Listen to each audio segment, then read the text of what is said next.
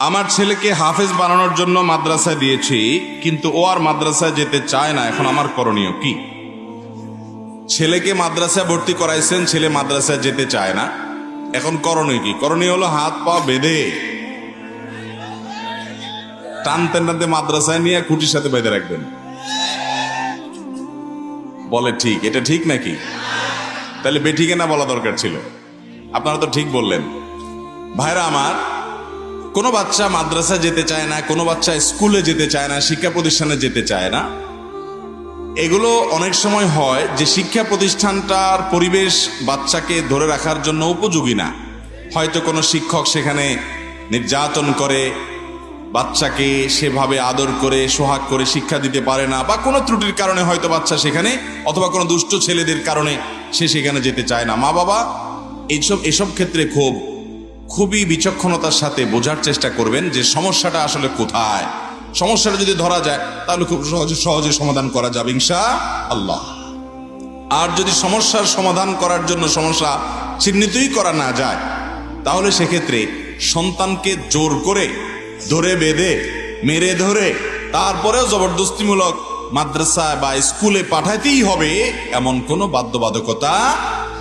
অনেক মা বাবা সন্তানকে হাফেজ বানাবেন নিয়ত করেছে, হয়তো অন্য কোনো সমস্যা নাই, স্কুল বা মাদ্রাসা প্রতিষ্ঠান ঠিকই আছে, সেখানে সবই ভালো আছে, উস্তাদদেরও কোনো ত্রুটি নাই, কিন্তু সন্তানের হয়তো পড়া মুখস্থ হয় না, সবাই মুখস্থ শক্তি সমান না, পড়া দিতে পারে না, এই জন্য তার অসুবিধা হয়, সে আনইজি ফিল করে, সে লজ্জিত হয়, প্রতিদিন পারে না, তো যার কারণে সে আসলে হিপসটা আর পড়তে চায় না।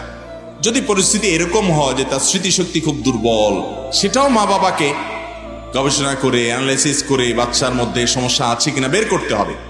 যদি এরকম হয় যে সমস্যাটা বাচ্চার নিজের, তাহলে তার স্মৃতি শক্তি কম, অথবা সে যে কোনো কারণে হোক পড়াশোনা কন্টিনিউ করতে পারছে না, তাকে বুঝায় নসিহত করে তার সমস্যা থাকলে সমাধান করে যদি সম্ভব হয় তাকে পড়াবে, আর না হলে তাকে অন্তত নির্যাতন করে মেরে ধরে টর্চার করে তাকে হাফেজ বানাতে হবে এমন কোনো বাধ্যবাধকতা ইসলামে।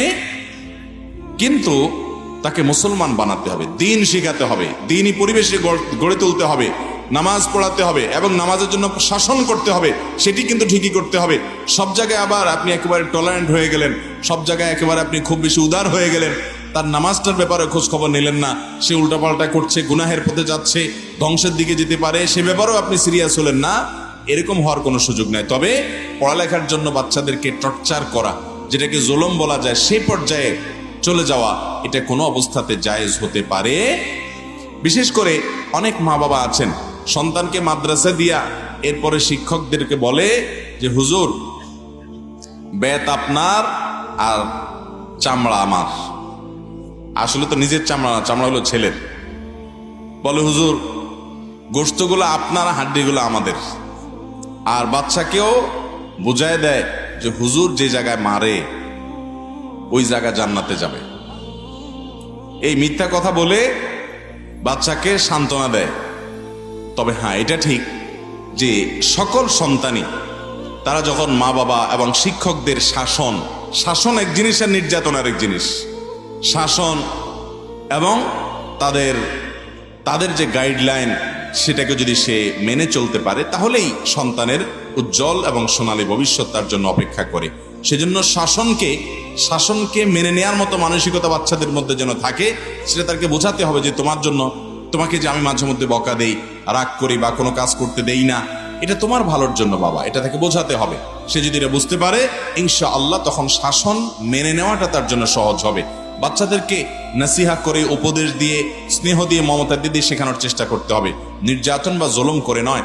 বিশেষ করে অনেক মা বাবা আছে ছেলেকে মেয়েকে হাফেজ বানানোর জন্য যখন নিয়ত করছেন, উনি মনে করছেন এটার ব্যতিক্রম করলে বোধহয় আমার আমল বরবাদ হয়ে যাবে। এটা ভুল কথা ভাইরা আমার।